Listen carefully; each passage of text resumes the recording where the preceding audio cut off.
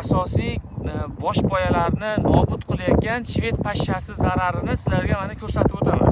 Buni zarari gektariga 3 senner, ya'ni 300 kilodan 5-7 sennergacha, 500-700 kilogacha hosilingizni nobud qiladi. Bunga qanaqa preparatlar qo'llaniladi, nima bilan ishlov bersak bo'ladi degan savollarga assalomu alaykum hurmatli kuzatuvchilar, fermerlar, dehqonlar. Mana 2026-yilni 21-fevral sanasidamiz. Ko'pchilik g'alla maysalariga suspenziya sepish, azot berish, sug'orish ishlari bilan band bo'layotgan bir paytda g'alla maydonlariga asosiy bosh boyalarni nobud qilayotgan shved pashshasi zararini sizlarga mana ko'rsatib o'taman. Ekran ortidagi video lavhani tayyorlayotgan odamimiz sizlarga bizga o'xshagan fermer. Lekin mana hozir g'alla maydonlarini aka yaqinroqdan olib keling-da. Mana shu kelajakda yaxshi o'g'itlansa, yaxshi ishlov berilsa, parvarishlansa, qorni to'ysa, qisqasi boshoq bo'lib shakllanadigan asosiy bosh ena boshoqlar. Ya'ni kombayn o'rganda asosiy grammni beruvchi boshoqlar hisoblanadi. Lekin ming afsuski, g'alla maysalarida shved pashshasi zararlandasi zararlayotgani bois mana menga hozir qo'limdagini ko'rsatyapman. Endi buni mana tashlab yuboraman. Qo'limda hech narsa yo'q. Mana fermer ham buni tasdiqlaydi. Keling aka. Mana rejalashtirolmadik aka.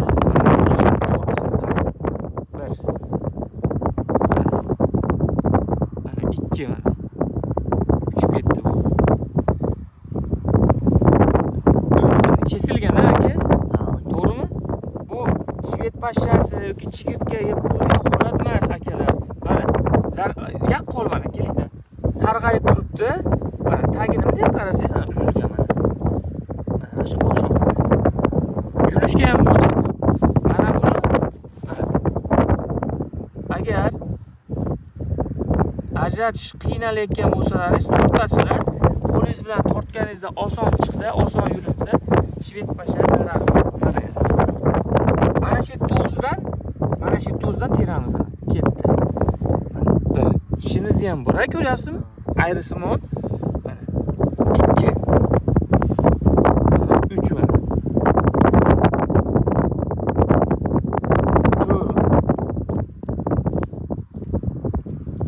Mana buni ham ko'ring.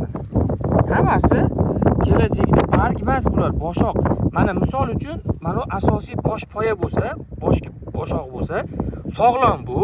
Buni qo'lim bilan mana qattiq tortsam, faqat bargda o'zi yulinadi. Lekin asosiy o'zak, o'zi qismi mana shu yerda poyada turadi. Endi zararlangan shved pashshasi zararlagan qanaqa bo'ladi? Mana shunday ko'rasiz. 1 2. Bu gektariga eng kamida 3 senner, ya'ni 300 kilo. Agar 2000 dan sotilsa, misol uchun eng arzon hisoblaganimizda ham bunga sepiladigan preparat 25-30 mingga bormaydi. Lekin gektaridan kamida 600 mingdan ag'i ketaveradi. 2 million, 3 million zarariga qarab turib. Buni zarari gektariga 3 senner, ya'ni 300 kilodan 5-7 sennergacha, 500-700 kilogacha hosilingizni nobud qiladi. Tasavvur qiling, 100 gektar g'allasi bor fermer biostimulyator olib kelib hosildorlikni oshiraman deyapti-da, tayyor shu yerda bo'lib turgan, shakllanib turgan boshoqlar nobud bo'layotganidan xabari bor fermer, xabari bor, xabari yo'q fermerda, xabari yo'q. Bizni kuzatishda davom etinglar. Bunga qanaqa preparatlar qo'llaniladi, nima bilan ishlov bersak bo'ladi degan savollarga kommentariyada savol yozsalaringiz, albatta preparatlarning nomi, ta'sir etuvchi moddasi bilan yoritib o'tamiz. E'tiborlaringiz uchun rahmat. Fermerimizga ham rahmat.